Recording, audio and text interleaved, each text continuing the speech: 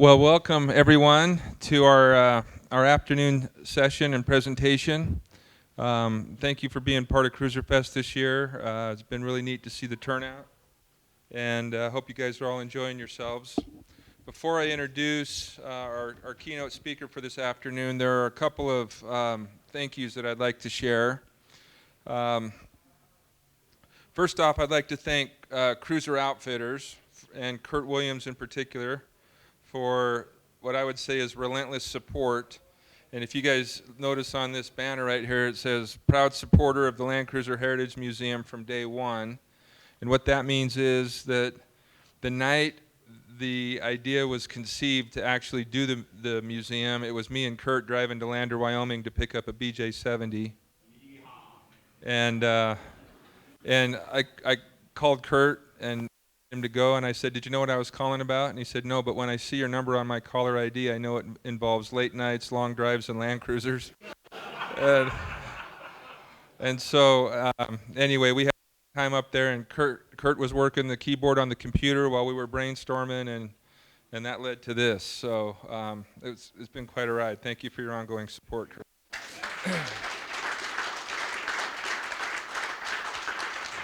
Okay.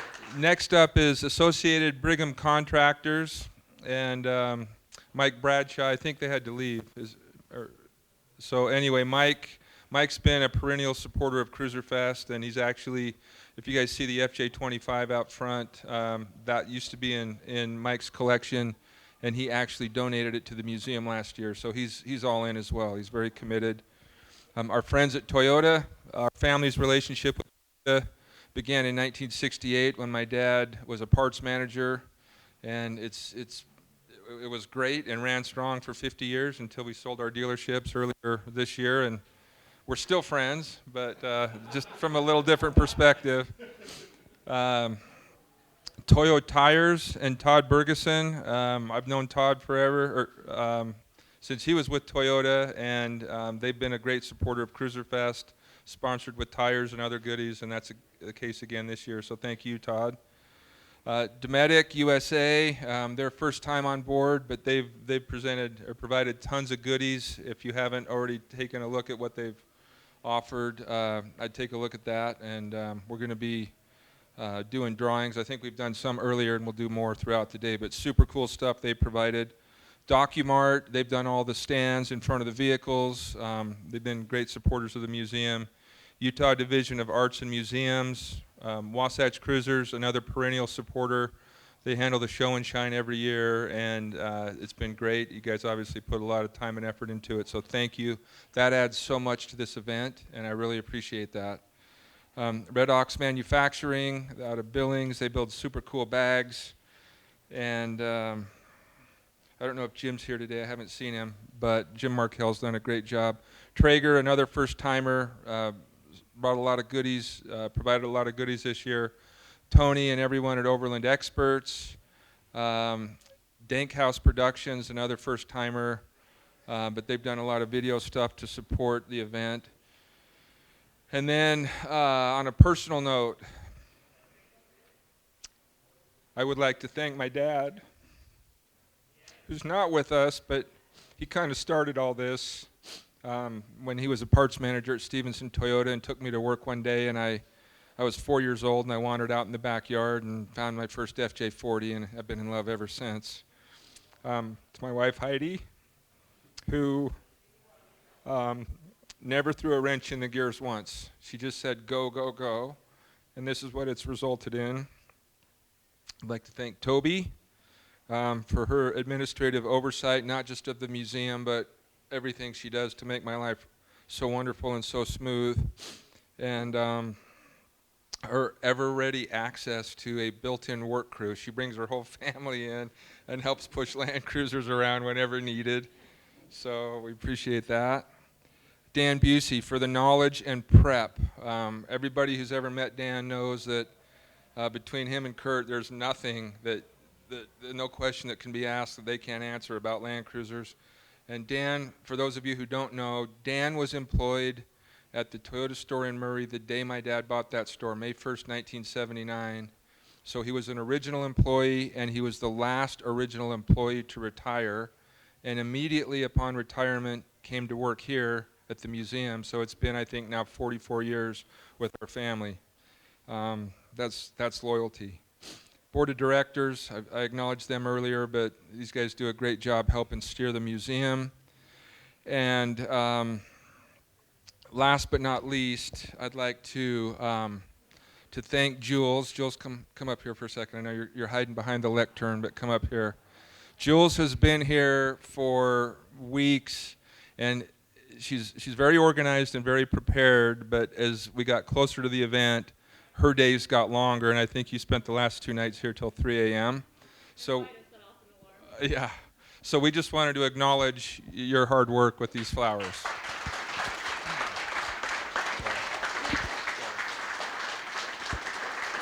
Thank you, Jules.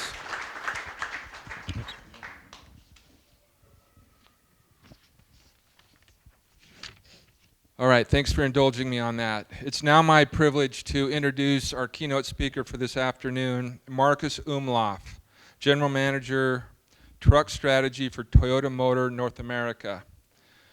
Marcus was born and raised in Australia. He has spent 17 years at Toyota and 6 of those in North America. With a background in mechanical engineering and an MBA in marketing, he has built a career from Ford to Toyota. His role as GM Truck Strategy means he is responsible for the success of Tundra, Tacoma, Sequoia, and 4Runner for North America. Let's give it up for Marcus.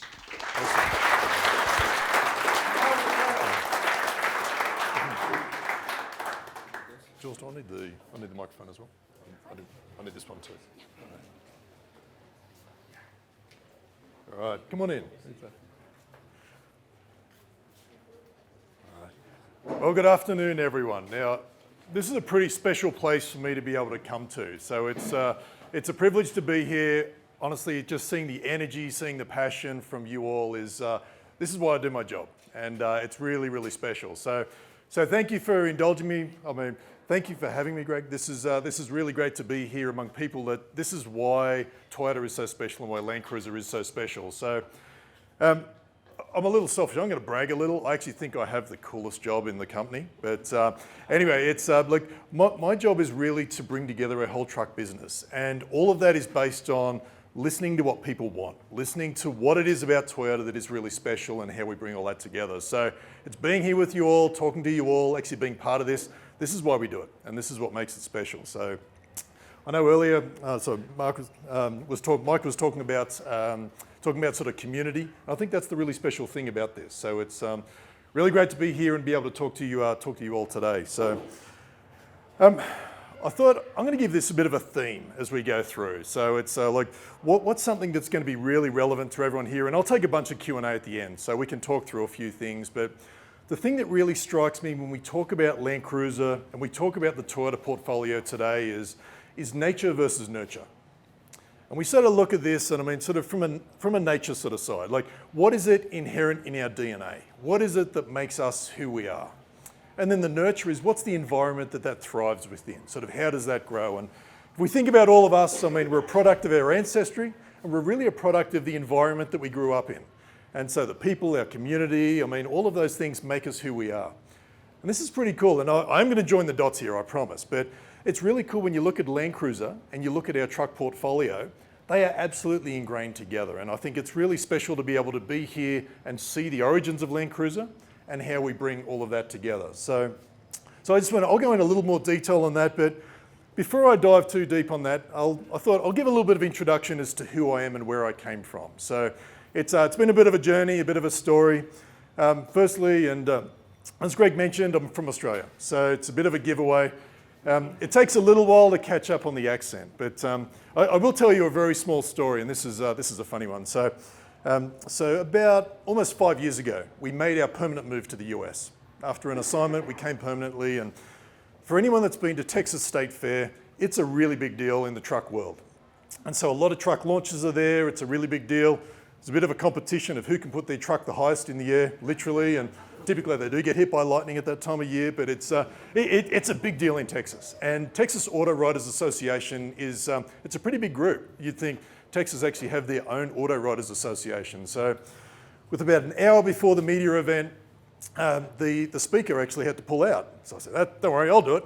So I jump in, and so we've got about 120 media, and I go and do the press event, and it all goes really well, and I'm doing a few interviews at the end, and then I'm standing there with the gentleman, and he wouldn't have been a day under maybe 85, and really kind gentleman, and he's doing a radio interview. And at the end of the interview, he leans in all seriousness, and he says to me, "So which part of East Texas are you from?" I can't. And to this day, like, I'm convinced he was serious, like if he was joking, but so I gave up explaining it to him. But look, it's been a real journey for me. And so I started my career, my life basically in Australia, born and raised on a property. And so really Land Cruiser has always been inherent in everything that I've seen and done. Sort of growing up in the country, I mean, sort of being part of that, it really is ingrained in everything around there. And so this is where, not to say I take it for granted, but I get it. I think there's a lot of people who don't necessarily get it. I totally get it. And Land Cruiser is very special. So growing up in Australia, I did have big dreams. I love US pickup trucks and I love NASCAR. So I was a little out of my element in Australia, but so it really was a dream for me to come to the US. And so as I worked through my career, I basically started at Ford on the graduate program in vehicle dynamics. I was a test driver there, did a bunch of things, learnt the trade through Ford, and had the really exciting opportunity to move to Toyota. And Toyota was standing up a TRD performance vehicle program at the time. So I basically said, you can just cover the chassis side of it. So TRD Hilux, go forth and develop that. So really exciting opportunity to really sort of cut your teeth and be able to sort of understand that side of the business. Now at the same time, and I'm going to caveat this by saying I was a single guy at the time, we also had a couple of businesses on the side. So with the buddy, we basically started up an engineering business. So we're doing, for anyone who's modifying vehicles, basically doing custom vehicles, doing roll cages, we're doing the engineering, the simulation, really supporting and nurturing that side of the business. We then said, hey, we're not busy enough, so at the same time we fell into being the owner of a car company as well. Low volume sports car company, so that's a long story, but we ended up basically owning that as well. So I got the day job at Toyota, we're basically working with this engineering company and also at the same time building road and race cars. And really what I got the buzz from, the passion, is being entrepreneurial. How do you do really exciting things that are really anchored in people's passion? People are passionate about sports cars, so they want to build sports cars. People are passionate about performance trucks, so they want performance trucks. So how to feed that? So that really became a bit of a theme for me as it went through. So we all know what happened in 2008. And so with the financial crisis, basically the performance car business, no one wants to buy a $100,000 sports car that you're still trying to figure a race category. And also TRD was actually rolled up. So sometimes challenge is really just an opportunity packaged differently. And I take it as a blessing that it was really a chance for me to pivot my career. I love the product, I love the technical side of it, but I love the business side of it, the marketing side, the sales side, and honestly, anything that interfaces with the customer is what really gets me going. And so like any opportunity to move into that was great for me. So the rest of my career, especially at Toyota Australia, was really around the accessories, the sales, the marketing side of the business. And really getting involved in that and learning that, and really moving to the product planning piece of that. And product planning is a bit of an interesting role. I sort of plug it that it's basically the first 60% of marketing. It's basically what's the market, who's the customer, what's the price, what's the product. How is that going to be fit for the market? So leading product planning in Australia, I mean, it's we're going to say it's also pretty cool because you spend a lot of time working on Hilux 70 series and also Land Cruiser. So 200 series, also the origins of 300 series, spending a lot of time on what that was. So it's a chance to get out there and spend a lot of time with customers. And I think that's a bit of a theme as well, how to learn what the customers actually want. So if you recall, I did have grand dreams from a young guy of basically saying, I'm going to come to the US. So I crafted an overseas assignment. So 2 years to spend at Toyota North America, so TMS. And so I spent 15 and 16 heading up truck and SUV planning sort of out of our TMS office. Loved it. They often say the grass is not greener on the other side. The grass was greener. I mean, so the market is just huge. I mean, it is just infectious. The US market, the scale, the energy, and the voice that you have from that is just really exciting. So I shouldn't say unfortunately, but we went back to Australia for a year. I served my parole period and resigned from Toyota Australia. Came back here with a one-way ticket and joined Toyota Motor North America.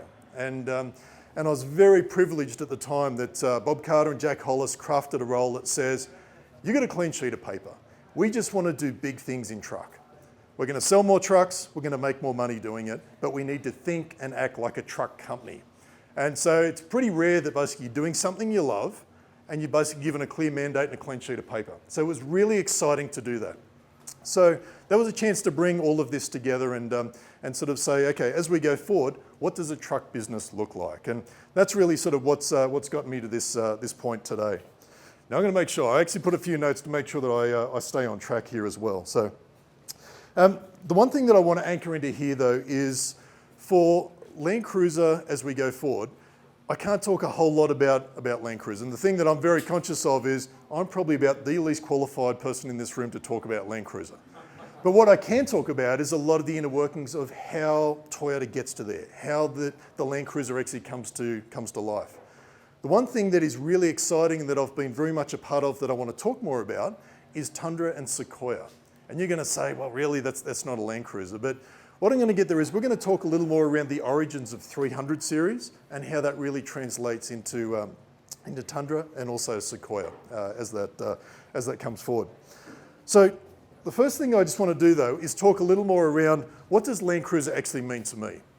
So it's been a very pivotal part of my career and my upbringing. So Land Cruiser for me is something that regardless of where you are in Australia, this is the only vehicle that will survive. So for those of you that have been to Australia, it is beautiful and it's hostile in equal parts. Assume that everything will kill you and you'll probably be okay. And even we talk about, as Mike was talking earlier, about exposure, about being remote. I mean, this is something that many people's travels are literally remote, that you don't have enough fuel to travel far enough to be able to do that. And that's a regular part of it. So what vehicle can actually survive in that environment? What vehicle is actually built out of necessity to actually say that you can survive in that environment? And this is where Land Cruiser is the vehicle that fits the bill. And if I look at what are the sort of words that come to sort of light, I mean, this is a vehicle which is about sort of reliability. This is a vehicle that's about confidence. We hear customers talk about safe adventure. They know that they can do it, they can get there, and they can get back. That it's a vehicle that can deal with all sorts of environments, that it can be extremely harsh, it can be extremely dry, it can be like flooding rains. I mean, it's really those extremities. It's a vehicle with the capability that can actually survive that. And if you travel around Australia, it's very rare to see anything other than a Toyota. It'll be a 70 series, it'll be basically Land Cruisers, or it will actually be Hiluxes. And that's a real testament to, I think, what's ingrained and what's actually developed into those vehicles. So as I go through Land Cruiser, and I was thinking about what are some of the things that's really consolidated with me, what makes Land Cruiser so capable? I mean, as we talk about, and I know maybe some of you are aware that we've got a whole bunch of standards within Toyota. And there's standards based on market, and different vehicles need to adhere to different standards. And there's our regular standards, which I mean, the US is let's call it a regular standard market. There's severe market. And then from our standards point of view, Land Cruiser is actually defined as it writes the standards. So it has its own set of standards. And it's really interesting internally that the mentality is saying that there should not be a standard that Land Cruiser follows. Land Cruiser should actually set that standard. And so over the years, as I've started to really see examples of that, I totally get it. And so I'm going to give you two little examples. And the mining industry is very big in Australia. The mining industry is typically remote, and the mining industry has very high expectations on reliability. And I remember, so we'd spend a lot of time traveling with mining companies and understanding what do they do with their vehicle? Like why is LC70 especially, why is that so successful? And one of the first anecdotes I'll share is we're sitting there with one of the maintenance managers on this mine site, and he said, look, I absolutely love the 1HZ. So basically the 1HZ motor, basically indestructible. So this is as they're moving to the 1VD, the 4.5 single turbo diesels. And they said, but we love the 1HZ. And I said, well, tell me more. He said, okay, we had two of the rock apes driving the truck. So it's really harsh, but I mean, they call some of the gentlemen who are in the mining industry rock apes. They're driving one of the trucks along and they basically knock a radiator hose off. So dump all the coolant out of this truck. So they keep driving the truck until clearly the inevitable happens. They basically lock the motor, seize the motor. So, okay, so what are we going to do? So they said, the way we get back is we're going to get another 70 series and we're basically going to clutch start it. They start skull dragging this thing down the road, trying to clutch start it. Clearly it's not going to work. So most normal people would give up there. Said, no. We've got a 20-ton loader sitting here, so we're going to hook some chains up to it, and we just need a bigger loader to be able to start it. So they drag it further down the road to do that. Clearly the truck is still not going to start. So they abandon it.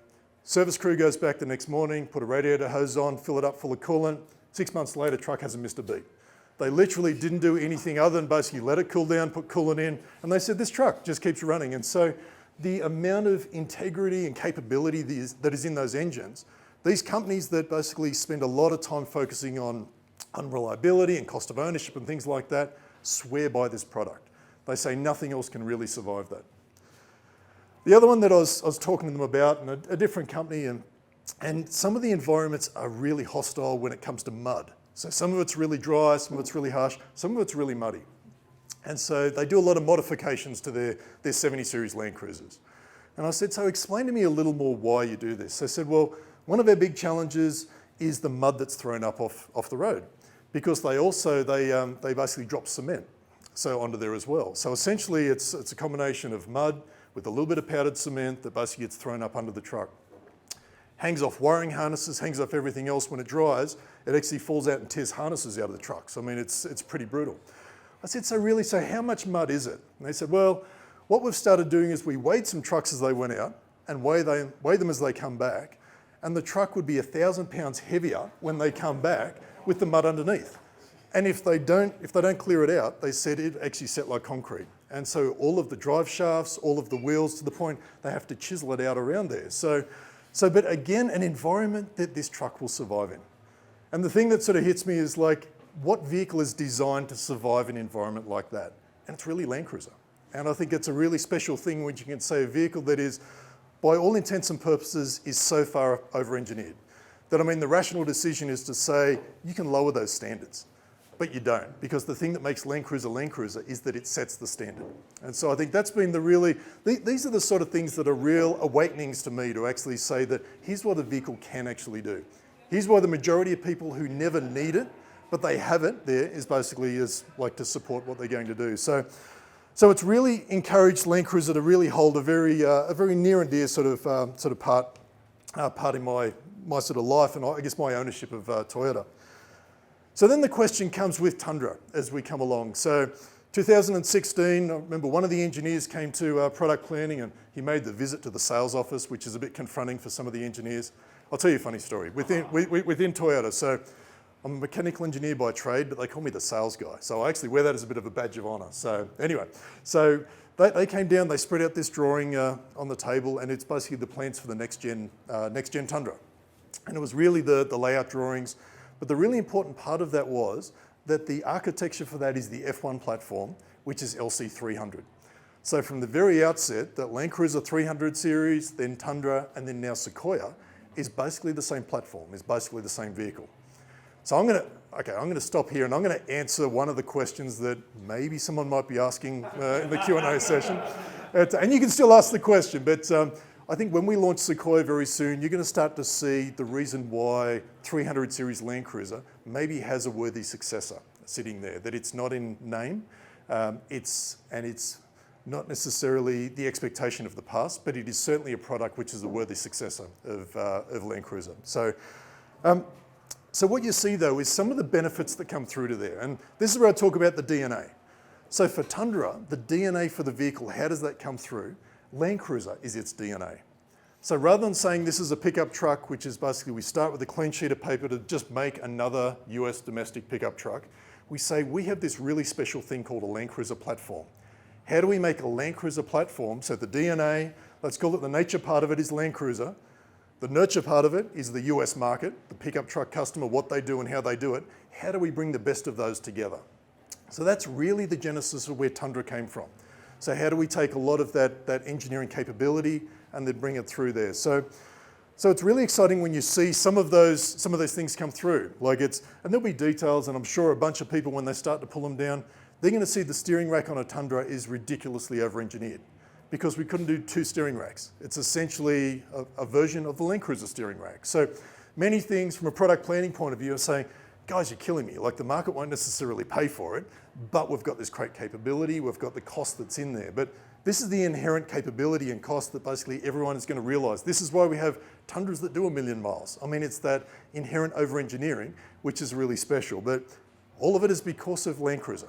The fact that Land Cruiser and Land Cruiser setting the standard can roll into there becomes a really special part for all of us. So some of the other things that you'll see is not just from a platform side, but from a powertrain side. And like I say, one of the big things that we spend a lot of time doing is understanding what does the customer want, but also what are the challenges of the future. So I mean, if we could have our way, we'd really embrace a lot of what is historical. But there is so many things that are confronting the automotive industry. And I'm sure many of you are aware, there is so many things, whether they're environmental, whether they're economic, whether they're social. I mean, there is so many headwinds really against the automotive industry. And the challenge we have is how do we protect what customers want to do and what customers need to do in an ever increasingly challenging environment. I mean, no doubt everyone has seen Gavin Newsom's announcement, 2035, that California will not sell gas-powered vehicles anymore. We've also seen maybe it might be really challenging to find that many batteries and build that many batteries in that time. So it's not to say that the future isn't coming, but I think the question is what is the right product at the right time for the right customer? So this is really what we wrestle with constantly. And I think some of you have seen, I mean, the demise of the V8 in the Toyota lineup. So the 5.7 V8, as that's disappeared, we go to the 3.5. Well, technically it's a 3.4, 3.495, but legal caught me up on that one. But so the 3.4 twin turbo, but that V6 now is a better, stronger, more capable motor than the 5.7 V8. So we go back 2 years, 3 years ago, and I mean, a lot of the thing was, like, American truck customers will not adopt a V6 twin turbo. We've seen Ford lead the way. We've really said, look, it's the way of the future, but we have to give them a product which delivers. It has to basically be really reliable. So Toyota reliability is not negotiable. So regardless of what type of powertrain, we always achieve that level of reliability. It needs to have torque. It needs to have much better MPG. For those that basically have a 200 series, basically, I feel your pain in terms of range and gas mileage. So, but the new powertrain gives more and can actually do more with that. Again, something that lives in Land Cruiser, comes to Tundra, comes to Sequoia, comes across all of our vehicles. So these new generation powertrains are a really good opportunity for us to do or embrace the best of what the truck needs to be, but then really pivot that and adapt into the future as well. So powertrain's a really big piece for us. I know I'm going to try and do my best to head off as many questions as I can. So, all right, second one, diesel. Okay, let's talk about diesel. So the other part when we talk about powertrain is what is the role of, and we call it iForce Max, very deliberately as part of our strategy that it's not called hybrid from the outset, but iForce Max is a powertrain that really gives the best of all worlds. And the intention of that, for those that are not familiar, is we take a gas powertrain with a regular 10-speed automatic transmission and we sandwich a motor generator in the middle of that. So the truck looks like, drives like, feels like a regular gas shifting powertrain. But by putting this electric motor generator in there, we fill in all of those holes in the torque curve. So all of a sudden you have a mountain of torque. So this thing's 583 pound-feet of torque. You get most of that torque from very low, almost idle sort of RPM. So you get the best of a gas powertrain and then supplement that or fill the holes in with electric motor generator. So for all those, and I was in Australia about a month ago and they said, but no, we still need diesel. I said, but hang on, what is it that you need about diesel? You need torque. Basically, you need mileage or range is really important. You need towing and you need hauling. So I said, what is it about now this one motor hybrid that doesn't achieve that? You've got a mountain of torque. Basically, you've got mileage now and you've got range that is as good or better than a diesel. And basically, it's a much cleaner engine. It's got much higher performance. So I think what we're seeing is not necessarily the technology, but what do customers want from that technology? That they want torque, they want range, they want towing ability. So how do we make sure we can embrace that? So we see those evolve, and we're seeing powertrains evolve, but what we see in Land Cruiser now, we've seen in 300 series Land Cruiser, we see come across to Tundra, we see that come across to Sequoia as well. So we see a bunch of that. The other thing that we'll actually see translate across is from, and I talked a little around it, but things like suspension, about steering. A lot of things like that, that there is inherently a very capable chassis system, which is developed for Land Cruiser. And like, I can't go into all the details of it, but as I mentioned, the clue is Land Cruiser resets the expectation for standards. So there is some shocking standards that are expected Land Cruiser to pass. So whether it's suspension arms, whether it's knuckles, whether it's basically steering racks, all of that that's developed for Land Cruiser then translates across to Tundra. So again, it's a chance for us to leverage the DNA that lives and breathes basically in its close sibling in Land Cruiser. We can bring that across to make the best pickup truck for the US market. So one of the things I might just touch on, so Jules, if you don't mind, what we might do is might actually just roll a quick video. And then I'm going to bring all this together, sort of the DNA sort of portion of it. But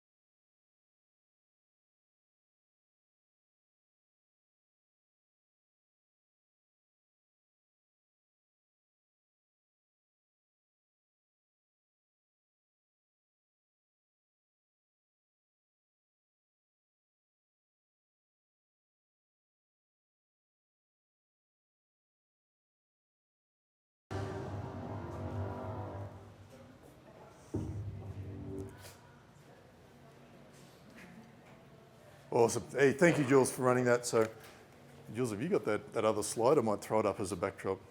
So I'm putting a lot of pressure on Jules here as well. So, but hey, the one really cool thing. So that was our Super Bowl ad in 22, and that was really a chance for us to embrace what is unique about Toyota here. So we go play the game against the domestics, so basically Ford, Stellantis, GM. But what is the thing that Toyota have that none of them have? And it's really this legacy, and it's really this origin that comes out of here. And I love this chart. So this is what we call our Born from Invincible Species chart.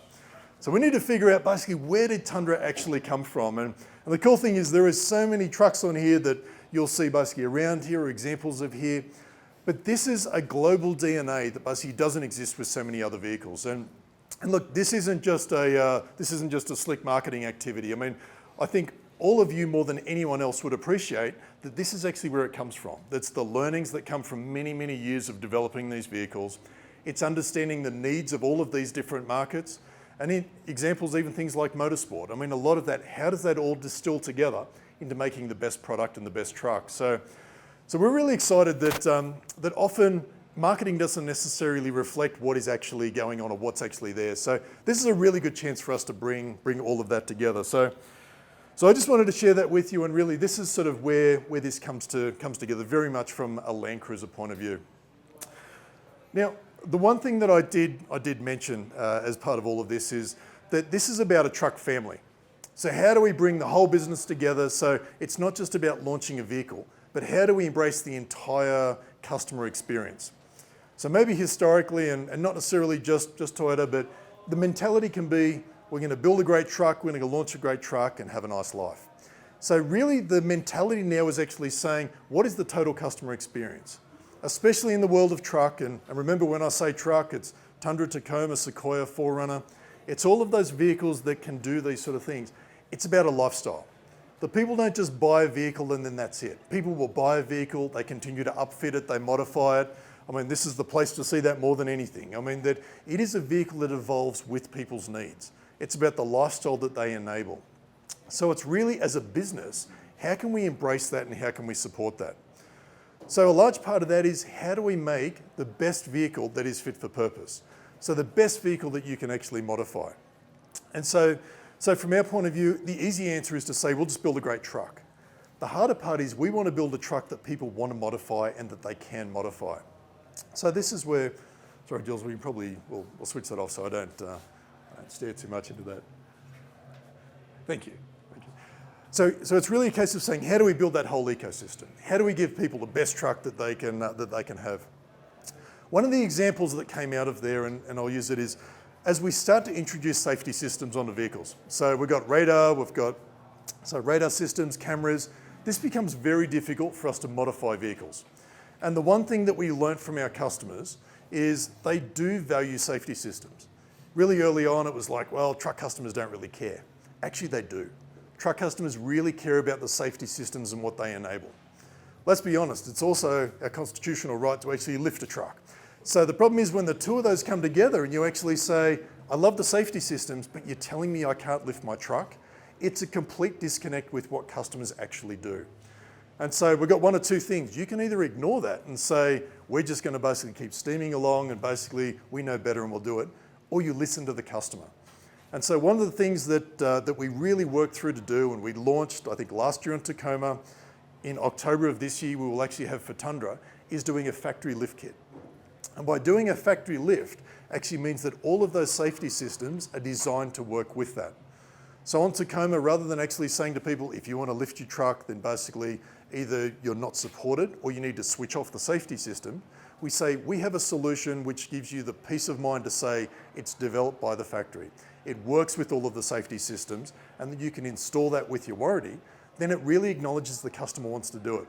It's been a raging success. I mean, on Tacoma, people love it. We then said, okay, we need to do this on Tundra. And so for Tundra, we'll launch a 3-inch lift, but also saying that it's a 3-inch that allows an extra inch of tyre height. So that means 2 inches bigger in tyre, but it means that all of the cameras, all of the radar, now it will function with that new condition. And I think it's really important to actually say this is what the customer does. We need to embrace that. We need to nurture it, need to sort of feed that. So there have been some of the things that we're really trying to develop and really trying to enable, not just the great truck, but a truck that is fit for purpose and a truck that is easy for us to modify. One of the other cool things I just wanted to touch on, I mean, some of these things you might see it, but it's sort of, not to say you gloss over it, but I wanted to share a little bit of the inner workings in terms of what happens with colour. And you sort of say, hey, colour seems like a bit of a random sort of thing, but for us, TRD Pro colours have actually become a really critical marketing portion for us and an awareness portion for us. And I can't even start to explain how challenging it is when you try and say to a plant, we want you to go and paint a unique colour in that plant, mass production plant, we want you to, for a very, very small volume, and maybe only paint it for a year or two. That is not a mass production mentality, but that's the sort of thing that Toyota needs to do to really sort of embrace and enable and get people pumped about it. So in about 2014, I think we launched our first Inferno, was the first colour that became almost a signature TRD Pro colour. The next part of that is saying it can't just be on one truck, it needs to be on all the trucks. So now we have, let me do the math, I think there's four different plants that build all of those 4 vehicles. So between San Antonio, Texas, we've got Guadalajara, Baja, California, and then we also have Tahara in Japan. All of those plants need to paint the same colour. And so all of a sudden to be able to pull that off, but this is a really critical thing for the truck plan, for the overall truck strategy, that we launch a new TRD Pro colour. We have customers who look for it. We have customers who anticipate, there's whole Facebook groups and who are basically anticipating what is the next TRD Pro colour going to be. So it becomes a really important rallying cry for people to actually say, why am I going to stop and look at a Toyota truck? What is the colour this year? How do I keep it fresh and keep it interesting? So it's a fascinating process internally. So, I mean, it was actually, as of last week, I was up in Ann Arbor at our design studio and we're making the decision on the colour palette out to 2029. So just to give you a heads up, I mean, I'll be impressed if I basically still have a job then, but no, I'm joking. It's, but like, I mean, it's a long way out, but I mean, we need to anticipate, need to plan what that looks like. And you're there with groups, you've got the chief engineers, you've got the design groups, I mean, everyone's there. And you look at some of these colours, and we paint what we call clown cars or clown trucks. So basically we paint one colour down the middle, the other colour, and we put it on the turntable and it goes around. And there's one colour which everyone says, look, that colour looks really good. And there's another colour which basically said, whoa. And the whole point of these colours is to get people to go, whoa. And so people stop, people go in, people actually say, I had a reason to stop and look at a Toyota. They might buy a white truck or a grey truck or a black truck, but the fact that they stopped, or the fact that it turned your head as you're driving along. We also have some of them, like at the moment, so Electric Lime, which is on Tacoma and also on 4Runner. When we first put that out there and I showed our dealer product council and they said, I absolutely hate it. But they've actually learned, they said, well, if I hate it, it's going to be a raging success. And it was super polarizing. It is currently 40% of our mix of colour build. So for TRD Pro, 40% of those trucks are built in electric lime and lime rush. So it's just amazing how colour can become a point of passion for people. All of a sudden then you walk around here and you just say colour has always been something that's special. Colour is something that people identify with. People recognise an era, they recognise a vehicle. So it's really important that it's really easy to make generic colours or generic trucks. But as a mass production company, we really need to focus on what makes people tick, what makes it really special, and how do we really keep that passion alive and keep it there with people. So I just wanted to share a few of those anecdotes. The other one that I'm really going to start to wrap it up on, and one that's very near and dear to my heart, and I talk about Land Cruiser being so much out of Australia. I mean, the forbidden fruit for so long was always full-size pickup trucks in Australia. So growing up, you imagine how cruel it is for me. I've got four-wheeler magazine here freighted across and all the trucks that I can never have. And I do have to admit that for my wedding car, people have limousines, they have hot rods and things like that. I had an F350 Super Duty. It was actually my wedding car in Australia, which is a little unique to find one there. But anyway, finally, I'm really excited to say that we talk about the origins of Land Cruiser influencing Tundra, that as of last year, they're announcing that Tundra will actually go right-hand drive and will actually go to Australia. So I'd almost argue the circle's complete, sort of from the origins of it, sort of Land Cruiser being born around the world, coming to the US and then coming back. It's really exciting to see that, I mean, we see the circle complete. And from what was maybe an interesting negotiation in Vegas in 2014 to ship one of the marketing trucks to Australia has now turned into a vehicle program and a vehicle that will be there in Australia. It's really exciting to see. So what I really just wanted to bring it back with all of this is the whole nature versus nurture thing. That, I mean, we see a truck come out there, and I know I've spoken a lot about Tundra, I've spoken a lot about Sequoia. There is a lot of new really exciting product that will continue out of there. I think there's no secret that there'll be new Tacoma coming very soon, and that thing is just mind-blowingly amazing. That there is great new product coming, but all of this great product it's all based on its origin. It's based on its heritage. It's everything that has been learnt all around the world by all of those vehicles out there has really what has made all of these vehicles so special. So we talk about nature, we talk about nurture, and I think we clearly have the nature part of this. We have what is so exciting about the US truck market, bringing in the nurture. And I'm really excited to say that I think we have a great truck company. I think we have some great truck product company, and we've just got some very passionate customers out there who do a lot with their trucks. And I'm going to say it's a really exciting time, and it's a pleasure to be able to be here with you all today.